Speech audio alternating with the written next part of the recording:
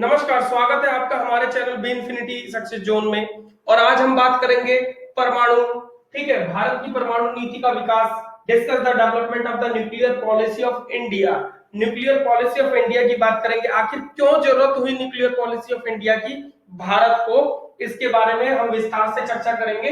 ठीक है, और साथ में आपको बताएंगे कि भारत में पहला न्यूक्लियर पॉलिसी, ठीक है, पहला इसका क्या है, संस्थान कौन सा था, इसके भी बारे में बात करेंगे आपसे। देखिए, सबसे पहले हमारा जब देश आजाद हुआ था कॉलोनियल गवर्नमेंट से, ठीक है, यानी उपनिवेशिक शासकों से हमारा देश जब आजाद हुआ तो हमें क्या था, हमें डर था। क्यों? क्योंकि हमारा देश जो था वो क्या है, दो खंडों में विभाजित हो गया।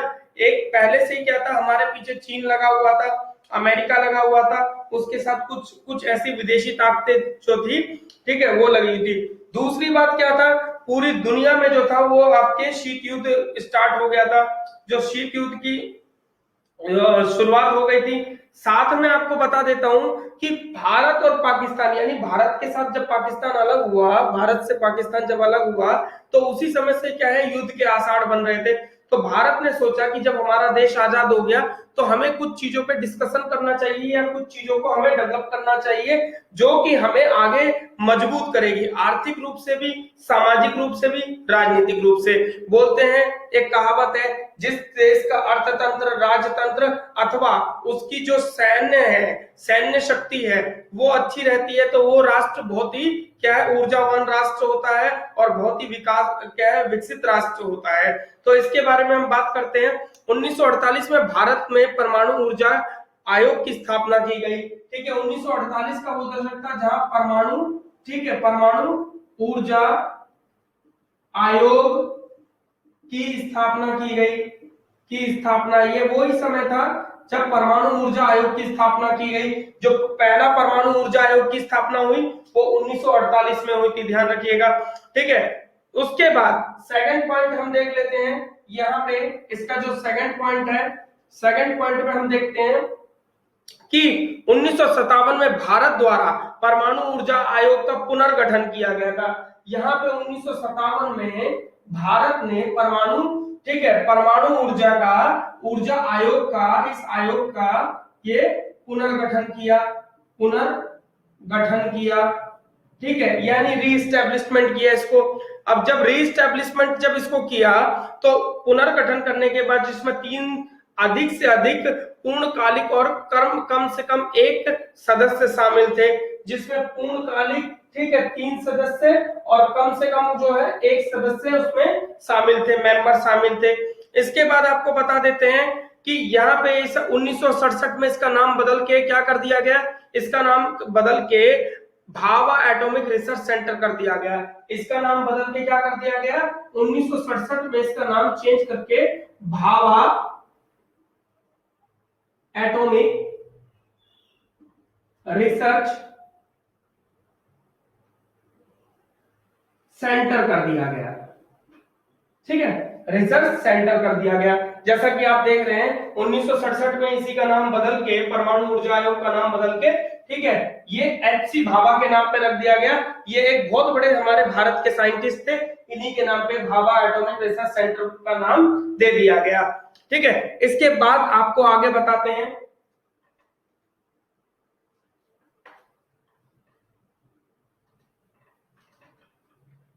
यहाँ पे तीसरा पॉइंट ये हो गया। अब इसका जो चौथा है, इसका चौथा जो मूल उद्देश्य है, ठीक है, चौथा जो मूल उद्देश्य है, 1962 में नंगल हैवी वाटर प्लांट की स्थापना की गई। ठीक है, यहाँ पे, ठीक है, नांगल हैवी प्लांट, ठीक है, नांगल, ठीक है, नांगल हैवी वाटर प्लांट की स्थापना की गई। ये भाखड़ा नांगल डैम के ऊपर, डैम में बना हुआ था, जिसमें सबसे ज्यादा क्या है, ऊर्जा स्थापित होती है।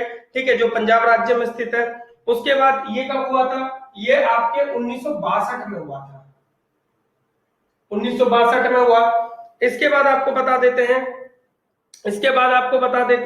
1969 में तारापुर आणविक संस्थान, ठीक है, तारापुर आणविक संस्थान 1969 में, 1969 में, ठीक है, 1969 में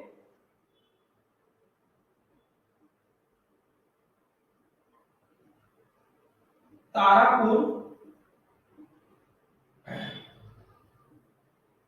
आणविक संस्थान, ठीक है, इसकी 1 यूनिट और 2 यूनिट, इन दोनों की स्थापना की गई। ठीक है, ये क्या है, व्यापारिक कार्य प्रणाली की शुरुआत हो गई थी यहां से। ठीक है, 1971 में कलपक्कम में इंदिरा गांधी ने आणविक अनुसंधान किए। ठीक है, 1971 का वो दशक था जहां पे कलपक्कम में इंदिरा गांधी द्वारा आणविक अनुसंधान केंद्र की स्थापना की गई। ठीक है, आणविक अनुसंधान केंद्र 1971 बांग्लादेश युद्ध के समय आणविक अनुसंधान केंद्र कलपक्कम। ठीक है, दक्षिण भारत में है कलपक्कम, यहां पे शुरुआत की गई अनुसंधान केंद्र की। भारत द्वारा पहला परमाणु परीक्षण 18 मई 1974 को किया था। ठीक है, भारत द्वारा पहला परमाणु परीक्षण कब किया गया था, देख लीजिए आप। ठीक है, भारत द्वारा पहला परमाणु परीक्षण, ठीक है, पहला परमाणु परीक्षण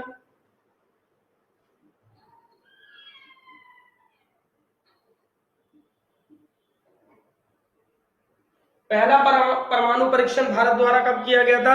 ठीक है, 18 मई 1974 को किया गया था। ये कब किया गया था? 18 मई 1974 को। ये किया गया था राजस्थान के पोखरण में। राजस्थान के पोखरण में किया गया था। ठीक है, जिससे कि पूरी दुनिया दहल गई थी।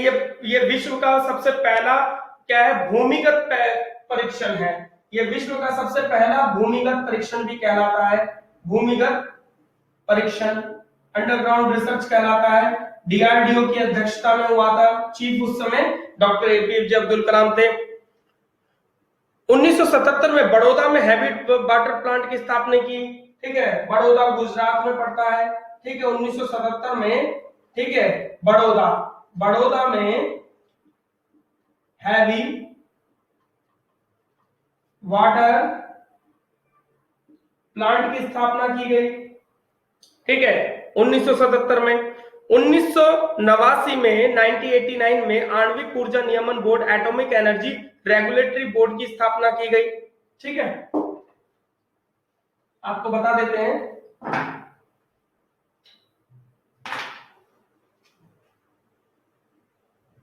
1988 में भारत द्वारा क्या किया गया, एटॉमिक एनर्जी रेगुलेटरी बोर्ड का स्थापना किया गया।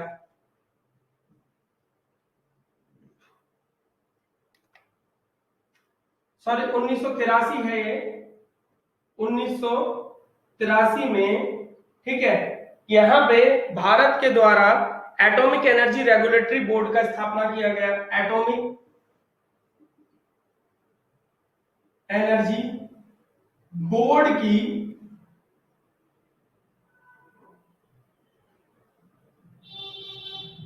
स्थापना की गई, एस्टैब्लिशमेंट किया गया, इसका स्थापना की गई। ठीक है, यहां एक बोर्ड बन गया अभी है। अब उसके बाद 1985 में कोटा राजस्थान में हैवी वाटर प्लांट की स्थापना की। ठीक है, 1985 में कोटा राजस्थान, यहां पे राजस्थान में हैवी वाटर प्लांट की स्थापना की गई। 1991 में नरोरा एटॉमिक पावर स्टेशन बनाया गया। 1991 में नरोरा एटॉमिक पावर स्टेशन बनाया गया। ये भारत की ख्यातियां हैं जो परमाणु के ऊपर हम डिस्कशन कर रहे हैं। भारत की परमाणु नीति का विकास, discussion the development of the nuclear policy of India.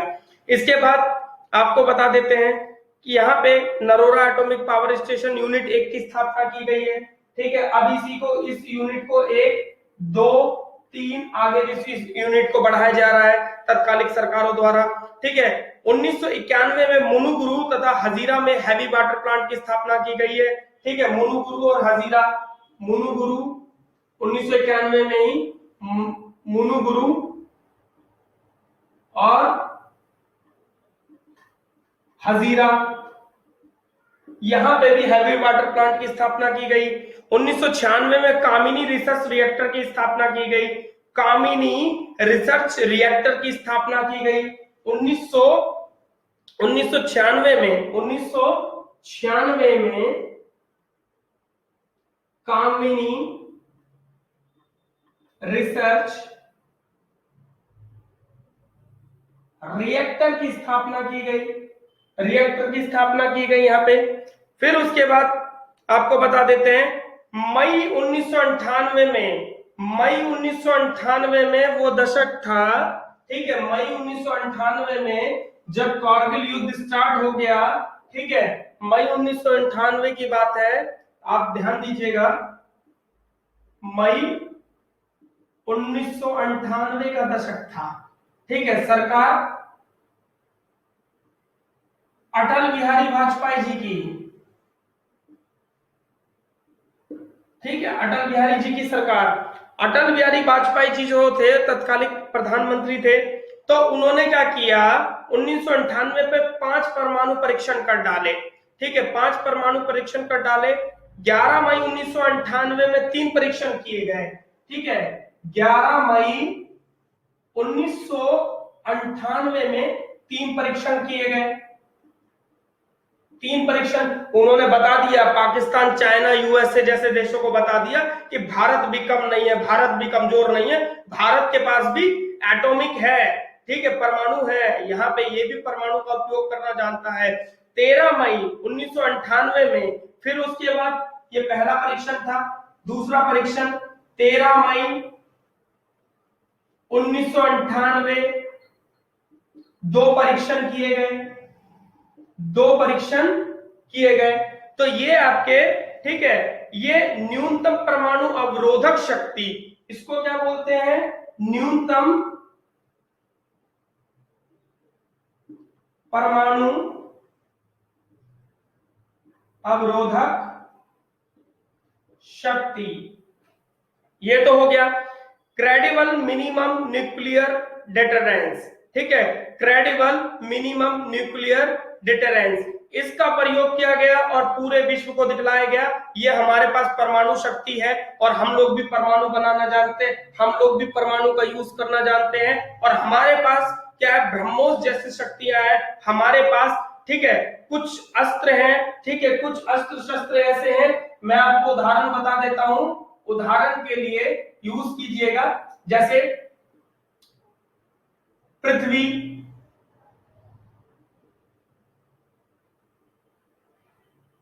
आकाश,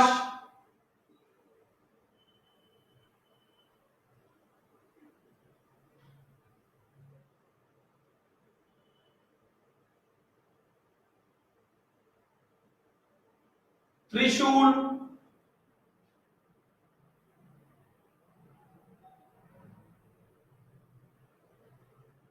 नाग और अग्नि। सबसे ज्यादा दूरी वाली जो है इसमें बैलिस्टिक, सेमी बैलिस्टिक मिसाइलें हैं, ये इसमें जो है बैलिस्टिक, सेमी बैलिस्टिक और पैरेलल मिसाइलें हैं, ठीक है, जो कि भारत की रक्षा करने के लिए बनाई गई थी। और सबसे बड़ा ब्रह्मोस, नाम से ही पता चल रहा है ब्रह्मोस जैसी महाशक्तियां हैं। अभी कुछ और महाशक्तियों को हमने खरीद लिया है, विदेशों से हमने परचेज किया है, जो कि जैसे अपाची हेलीकॉप्टर हो गया, सुखोई हो गया, मिग हो गया, ठीक है, ऐसे बहुत बड़े बड़े हमने, मतलब क्या है कि फाइटर प्लेन्स भी खरीदे हैं और बहुत बड़े बड़े फाइटर जेट भी खरीदे हैं, बहुत बड़े बड़े हेलीकॉप्टर भी खरीदे हैं, जो रात को भी क्या कर सकते हैं, रात को भी दुश्मनों पे अंधेरे में भी प्रहार कर सकते हैं, ठीक है। और दूसरी बात क्या है कि हमारे पास कुछ ऐसे इक्विपमेंट्स हैं जो कि हमें क्या करते हैं, हमारा नेविगेटर सिस्टम स्ट्रांग बनाया जा रहा है दिन प्रतिदिन, और विश्व का जो सबसे दूसरा जो सबमरीन है, पानी वाला जहाज जिसको बोला जाता है, वो हमारे पास ही है, यूएसए के बाद हमारे पास है, भारत के पास है। इसलिए भारत इस समय जल सेना, थल सेना, वायु सेना, तीनों की तरफ से बहुत मजबूत होता जा रहा है दिन ब दिन। और दुनिया की सबसे लार्जेस्ट फोर्स हमारे पास है, दुनिया की सबसे ज्यादा लार्जेस्ट टेक्नोलॉजी हम यूज कर रहे हैं इस समय।